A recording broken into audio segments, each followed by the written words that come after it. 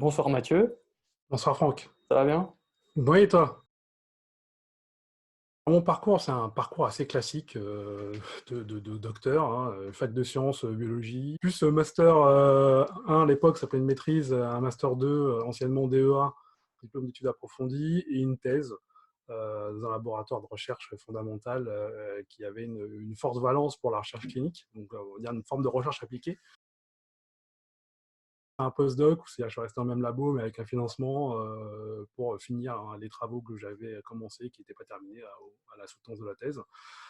Et ensuite, un postdoc à l'étranger et de 3 ans, et ensuite un retour en France, poste de postdoc avec un périmètre de responsabilité un peu élargi, gestion de labo, encadrement des étudiants, encadrement voilà, de l'équipe technique, rédaction des articles et autres supports de communication. Voilà.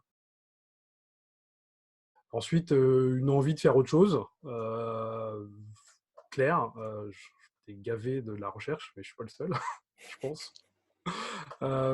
Pour plein de raisons, mais que je n'ai pas besoin d'évoquer, je pense que ça parle à beaucoup de gens. D'abord, la valorisation de la recherche. J'ai un peu baigné dans l'environnement des biotech et des startups, donc j'avais envie de voir ce que ça pouvait donner, et ça n'a pas donné suite en France. Et ensuite, j'ai atterri dans une agence de communication santé, d'abord en tant que consultant externe et puis en tant que directeur scientifique pendant quelques années. Ensuite, un retour à l'école.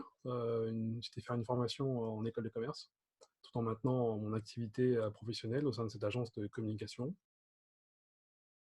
Une petite pause de quelques mois pour faire un peu le vide, faire un peu le point sur tout ce passé et tout ce que j'avais appris. Et j'ai ensuite, je me suis lancé dans l'aventure entrepreneuriale et j'ai cofondé en 2017 Elixience, qui est une agence de conception-rédaction médicale, donc pas une agence de communication santé, conception-rédaction médicale, et qui tourne depuis 2017. Voilà.